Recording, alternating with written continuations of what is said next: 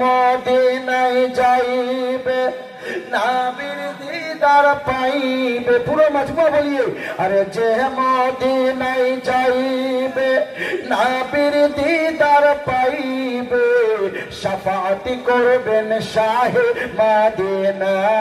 বাবা শোনো না হাদিসে পাকের বর্ণনা, বলো না হাদিসে পাকের বর্ণনা। বলেন যে মদিনায় মারহাবা দিদার পাইবে, যে মদিনায় নবীর দিদার পাইবে, শাফাআত করবেন শাহে মদিনা।